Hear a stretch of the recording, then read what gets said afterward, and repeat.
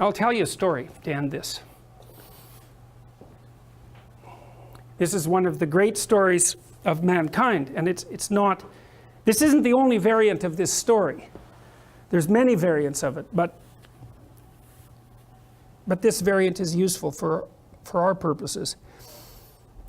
It's a story I stumbled across a long time ago. I'm going to tell you the second story first because I don't have the energy to tell you the first story. So this is a story that the ancient Egyptians predicated their society on. And to understand this story, the first thing you have to know is what the characters were. And these characters were gods. There's 4 of them. Although the Egyptians had far more than 4 gods. You might think of these as the central gods. And you might think, what is a central god? And then you might think, well, imagine that the gods compete for dominance across time in people's imaginations. And some gods win. And they occupy the primary position of dominance in the hierarchy, in the dominance hierarchy of gods. And those are ideals. And ideals compete across time for dominance. And they're embodied. And so when diverse tribal people come together, they throw all their gods into the ring and they fight across time, and something emerges as a victor. And that's the emergence of monotheism out of polytheism. And it parallels the development of a unified morality within each of us as we develop across time. And the God that emerges as dominant across time bears a substantial resemblance. Imagine you have a set of gods in this locale that are competing across time, and something emerges as dominant. And then over here you have another set of gods that compete across time for dominance, and something emerges. You'll see major commonalities across the 2 things that emerge. And the reason for that is because the process of emergence that gives rise to both of them is similar in both situations. And that's part of what accounts for the cross-cultural similarity of high-order religious ideas. All right, anyways, you need to know the characters. Osiris. Osiris is the old king. He's Dumbledore for all intents and purposes. He's the old king. He's the spirit that established the Egyptian state when he was young. He was a great hero, but now he's old. And he's archaic and he's willfully blind. That's Osiris. He has a brother, Seth. Seth is Set. And Set is Satan, because the word Satan comes from the word Seth and Set via the Coptic Christians. So he's a precursor to the Western idea of Satan. You have Isis. Isis is queen of the underworld, and Isis was the goddess of a religious structure that prevailed across thousands and thousands of years. Isis. And you have Horus. Horus is a falcon, and the Egyptian eye. Everyone knows that eye, right? The eye with the open pupil. That's Horus. And Horus is a falcon because falcons can see way better. They can see better than us. They can see better than anything else except for perhaps eagles. And they fly above everything. Zazu in Lion King is Horus, right? And Mufasa is Osiris. And Scar is Seth. And there's no specific representation of Isis, but the closest there is in that story is probably the Queen of the Hyenas that's played by, who's the actress? Yes, Whoopi Goldberg. That's right. Because she's like the queen of the underworld, right? She's the queen of the hyenas that live out among the death. But, okay, anyways. Seth, Osiris, Seth, Isis, and Horus. Here's how the story goes. Osiris is a great king. He established the Egyptian state. You could think about him as the embodiment of Egyptian custom and tradition. You could think about him as the thing that the pyramid represents. All right? But he was great when he was young, but he's not young anymore. He's old, and he's willfully blind. And what that means is that he doesn't see what he could see. He refuses to see what he could see. Why is Osiris old and willfully blind? Because that's what culture is. It's a paternal spirit that's old and willfully blind, and it's always that way, always that way. And the reason for that is because it's a construction of the dead. The dead aren't alive. They can't, so they're out of date and they can't update themselves anymore. And you inhabit their corpse. And that's actually what happens in an earlier story that I'll tell you next week. The early Mesopotamian gods inhabited the corpse of their father, roughly speaking.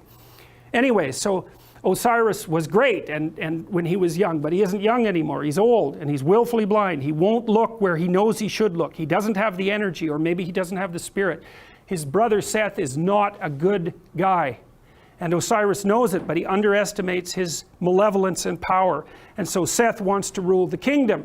So what does that mean? It's easy. Every stable society is threatened by willful blindness and malevolence. Always. Every bureaucracy has that proclivity to stagnate and to become blind. That's why corporations die all the time. That's why a Fortune 500 company only lasts 30 years. It's why we have to have elections. It's to stop the dead from staying in control for too long. Osiris turns a blind eye to Seth. Seth is happy about that. Same thing happens in The Lion King, roughly speaking. Seth one day waits for Osiris to make a mistake and to be weak, and he attacks him and he chops him up into pieces. And he distributes the pieces across the entire Egyptian state. In fact, the Egyptians regarded their provinces as pieces of Osiris's body. Okay, so now you can't kill Osiris because he's a god. And why is he god? A god because he represents the spirit of structure. And there's always structure. It can't be destroyed. It always reconstitutes itself. It can be hurt and broken into pieces, which is exactly what happens to Osiris. Things fall apart. Why? Because they get old and because malevolence undermines them. That's what the Egyptians were trying to sort out. Okay, so Seth distributes his Osiris all over Egypt so he can't get himself back together. Right? Things fall apart and they can't be brought back together. But the spirit of Osiris still lives in the pieces. So what happens?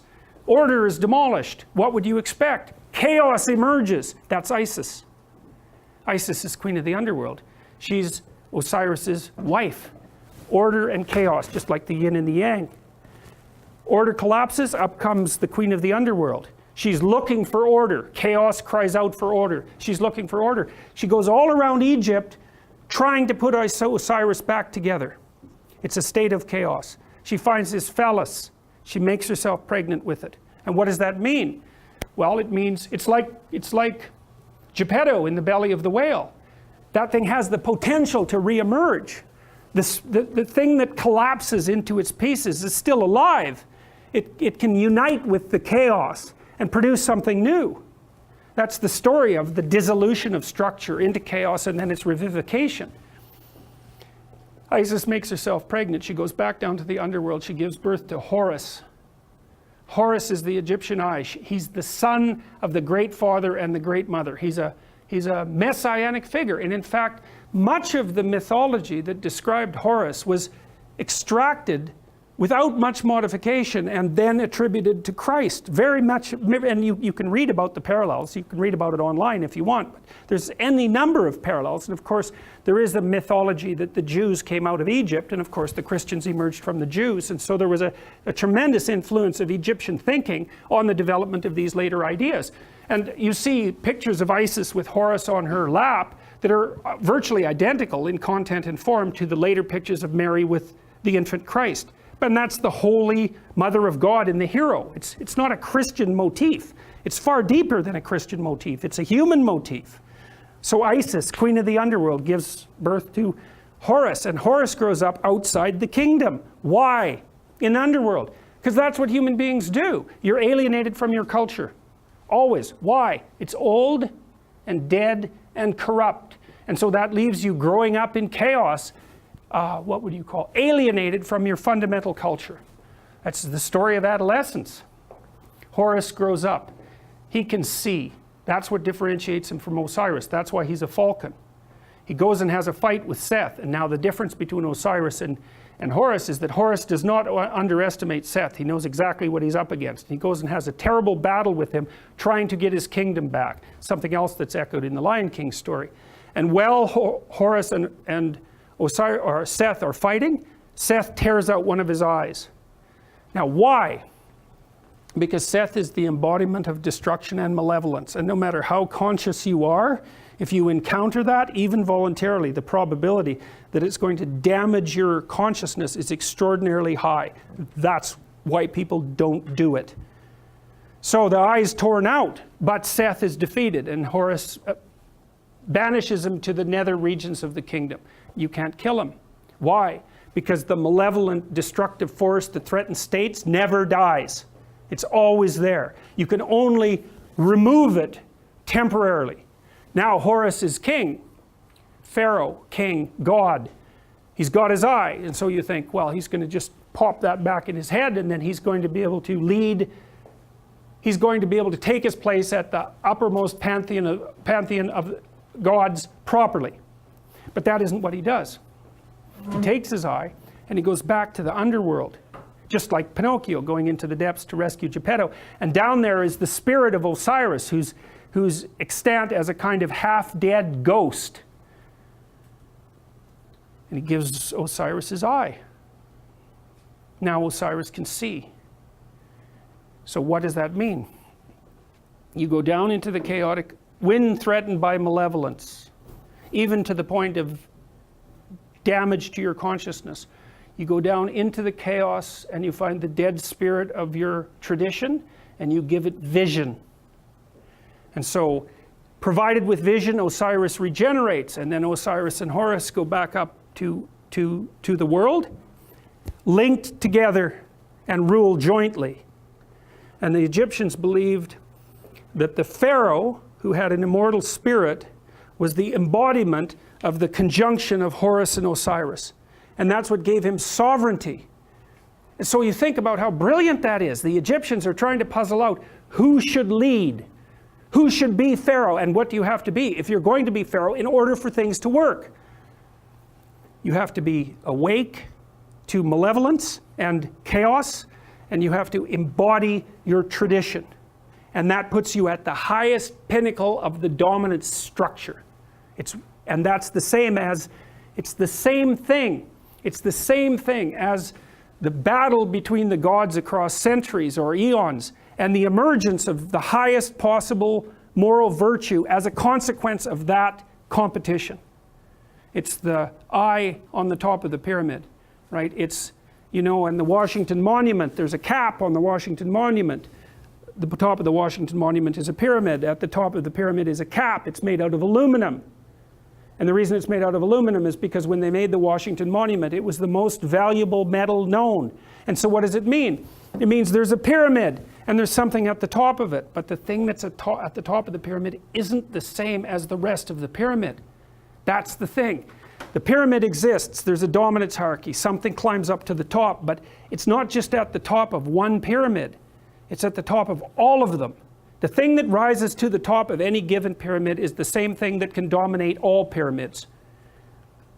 It isn't good enough to be the best at a dominance hierarchy. What you want to be is the best at the set of all possible dominance hierarchies.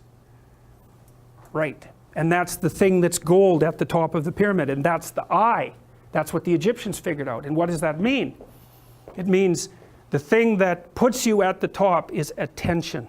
Pay attention. Keep your eyes open. It's not the same as thinking. It's not the same thing. It's like watching. And the thing about human beings is we can see.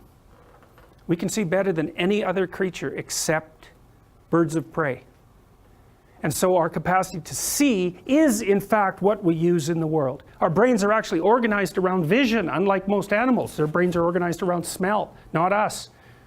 We can see. We stand upright so we can see a long distance. And in our ability to see is what saves us and what saves our communities. And that's what these stories are trying to portray. And you might say, well, why didn't people just say so? And the answer to that is because they didn't know. It took a long time to figure it out. Forever. It's taken forever to figure it out. It's part of what I hoped when I wrote this book, and part of the reason that I'm teaching it is because it seems to me that it would be useful for everyone to actually understand this instead of just having it told as a story. It's like, that's great, man. Yes, you need the story. But why not also just understand it? So, well, so that's what we're trying to do. We're trying to understand this. So, that's good enough for today.